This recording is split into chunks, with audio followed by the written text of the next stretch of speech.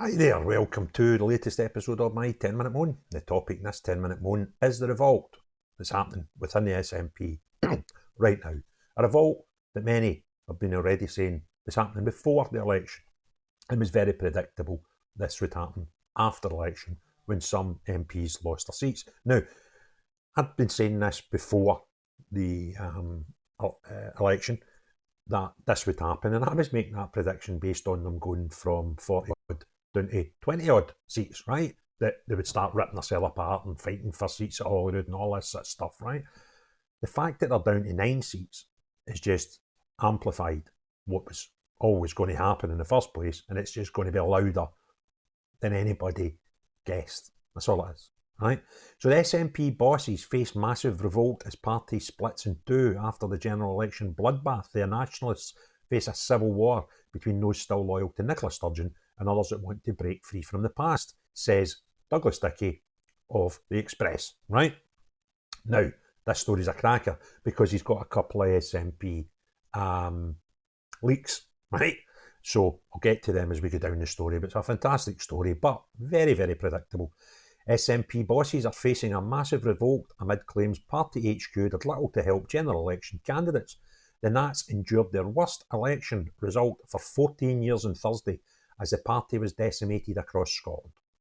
After winning 48 seats and 45% of the vote in the 2019 election, they managed just 30% for a return of 9 MPs this time around.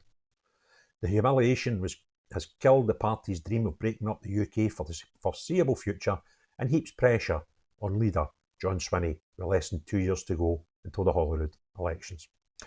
At the post-mortem continues, insiders say there is increased anger at how the campaign was managed, and the SNP faces a prospect of a split between those still loyal to former leader Nicola Sturgeon and those who seek a new path.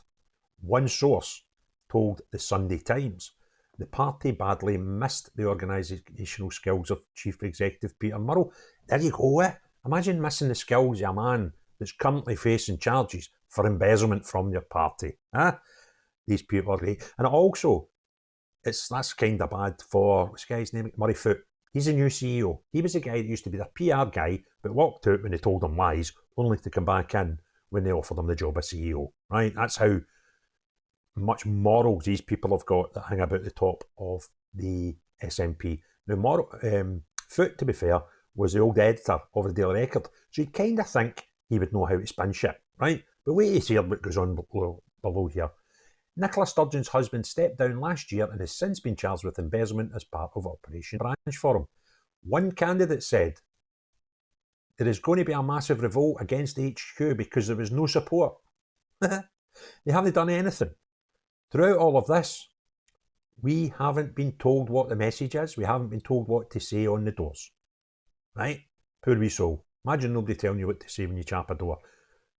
These people are no normal. Because, like, if you can't read the manifesto and figure out yourself what you might want to say in the doors, and you need somebody to drip feed you information like that, you're a child in an adult's job, right?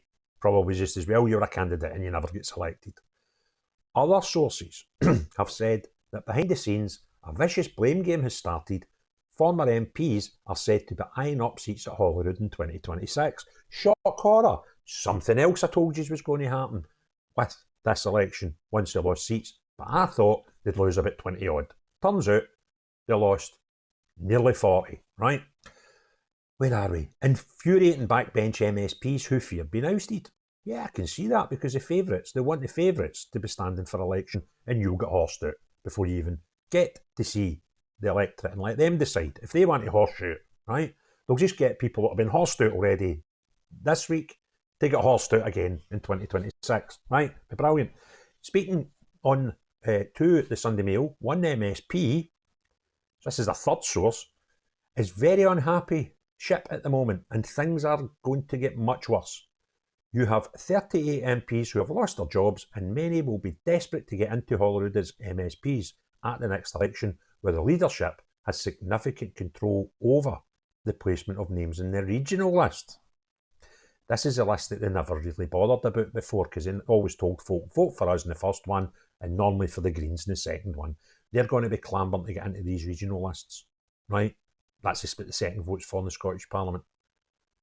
So they might leave the constituency on the constituency list, who'll probably get horsed, and they'll all be fighting to go on the regional list, where each party can name seven candidates who would get the regional seats if they win any in the order listed. So they'll all be fighting to be the top, right? You can just imagine the bloodbath when these decisions come to play. Many people who have until now been loyal to Sturgeon and her camp, now led by Swinney, are waking up to the unmitigated disaster she have left in her wake. It's a wee shame, isn't it?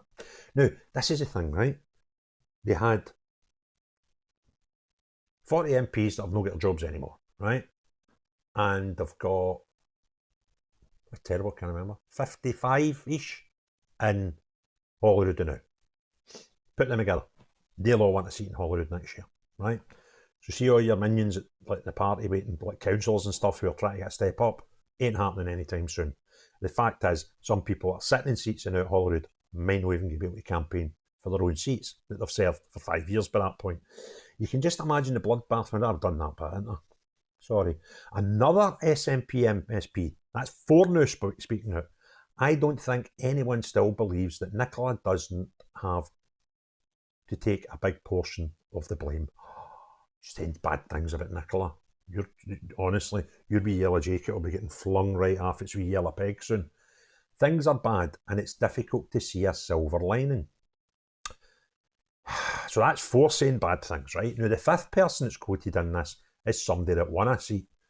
Asked about the anger towards Party HQ, Stephen Gethins, MP, one of the few in that success stories on July the 4th, said he could understand that people are frustrated.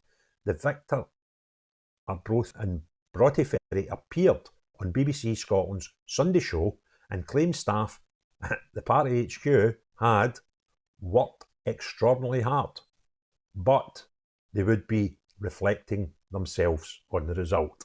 That should be nice to say they're shite, right? They've not done much to help you, and they're about as much use as a chocolate fireguard.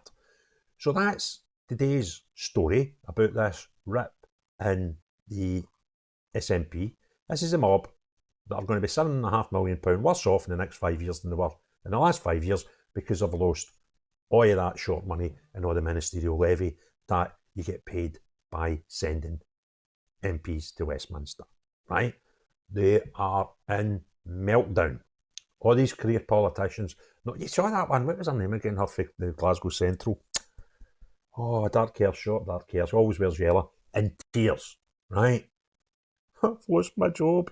I've lost my job. Can't have my 91 grand a year plus expenses, right? She's just seen what, 450 grand right out the window because she lost her seat. Tears, like a baby. I don't take any pleasure in seeing women cry, but I didn't have much sorrow for that crackpot, right? She was rotten, right? What's her name again? That's terrible. You know the one I'm on about? I'll come back to me, right? Rotten, right? She used to sit in the front benches and just get slaughtered, right? Making a complete arse of herself for 5 years, get paid in that time, over £400,000, plus all the expenses you could fling at her, right? Do you know what I mean? I should have set you up for life, you maniac. But no, kind of greeting she's not getting more. She wasn't greeting because her bloody dreams of independence had just been blown out the window by an inept vehicle to try and get the nationalist independence. She was greeting because the gravy train finished, right? And all these tears ain't going to change my mind on that. Do you know what I mean? There's another one. I'm going to do a video about him separate. Falkirk guy. Been up for as an MP 5 times, lost every time. That's everybody else's fault. Maybe you're just rotten at this campaigning, mate. Maybe that's what it is, right? So, bring on the 2026 election in Holyrood if they get that far, right? And let's just see how much they're going to melt down between now and then. I've said it before, I'll say it again. This prediction was easy. You're going to have hundreds of SNP MPs, not SNP MPs anymore, and they're all going to start fawning at each other, and some of them will start leaking stories about how shite it is to be an SNP, right? Why did you not tell us how shite it was when you were still sitting in Westminster? Eh?